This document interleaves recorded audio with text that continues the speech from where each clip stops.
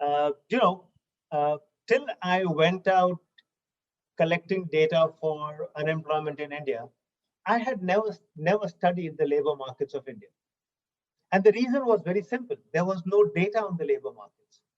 So the NSSO surveys were really ancient and they didn't interest me at all because they're so old, I didn't get interested. My interest was in the corporate sector, in understanding balance sheets and profitability and so on and so forth, and investments and so on and so forth. Labor was never interesting to me. So I accidentally got into this labor market thing and started calculating unemployment. I began this work in 2016. The unemployment data started coming out in the month of May of 2016, and we gave the back series from Jan onwards. So we released the data somewhere in the middle of May, and in November 2016, which is about 6 months after we had just started releasing unemployment data, we were hit by demonetization. Now, when the economy is put under such tremendous stress, what do we expect? If the unemployment rate was around, let us say, 4 or 5% or so, or let us say 5 or 6%, or whatever it was, you would expect that unemployment rate to shoot up, obviously. And what did we see? I think the numbers were 8 to 9% before demonetization, and they fell to 4 and 3%. And I said, what? And I was frozen to my machine to say, this is my data, in the sense that my organization, and I'm leading this, collecting the data. The first thing I said, am I making a mistake somewhere? Is the data wrong? This can't be true. So I really squeezed the machinery to check if anything is wrong anywhere. So is it some godforsaken place where we are making a mistake? Are the weights going wrong? Are the programs going wrong? I was perspiring. I was in cold sweat. And I found out that the data is not wrong. All my colleagues were saying all right things. And if the boss says the unemployment rate cannot go down, it should go up, somewhere down the line the team will say, okay, we'll make it go up. That's horrible to happen. I had to be sure I don't make that mistake. And so, we went on scrubbing the data until I found out that the culprit is in the labor participation rate. This is a very good example, Jayamit and Rajesh, that the problem was when there was the severe shock, people just exit the labor market. They stopped looking for jobs. And what is the unemployment rate? Now, this is important. The unemployment rate is the people who are unemployed and they're looking for jobs and not finding it. They have to be looking for jobs and not find it. As a percent of all those people who have jobs and are looking for it. But what if people just exit the market and stop looking for jobs?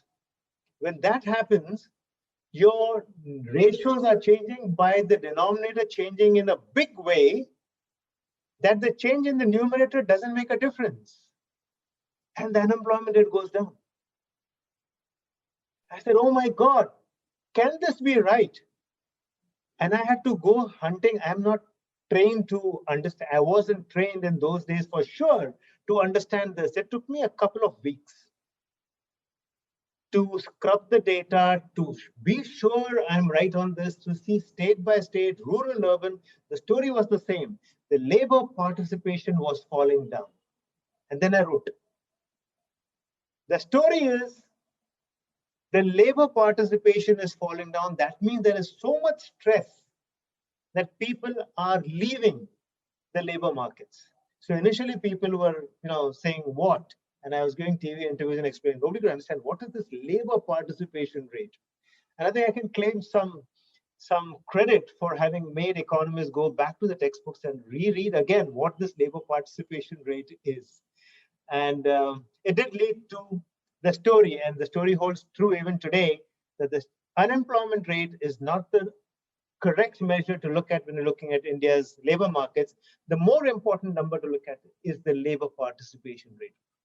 And therefore, we had this employment rate, which is an even more important number to look at. And I write a lot to say, look at the employment rate.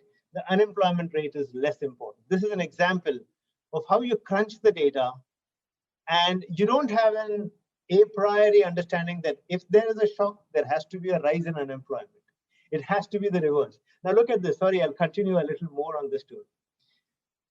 We learned this lesson in demonetization. When there's a shock, it's not that the unemployment rate shoots up, but it's the labor participation rate that falls down. That falls down and therefore brings the unemployment rate down. The next big shock that came was lockdown. And what happened? The unemployment rate shot up to 24%. I said, no, it should be going down. But no, but this one was shot up to 24%. And what did I do? This was, I think, the week of 24th March, 2020, when we said that the unemployment rate shot up to 24%. I did not release that number. I was again sweating cold to say, no, this can't be true. But then we checked the numbers and we found, yes, the next week is also 24%, and the next week is also around 24%. It remained there for 2 months. And then it crashed. And then I had the guts to release that the number is 24%. And then the story became very clear what was going on. But this is the story, that if the data collection machinery is good, and if it doesn't have a bias beforehand to say, what do you expect the numbers to tell you? It tells you a fascinating story. In the two great shocks, it shocked me. It shocked the hell out of me, and then gave a fantastic story. And I'm happy I didn't merely give the data out, but I even sweated over it to give a story out.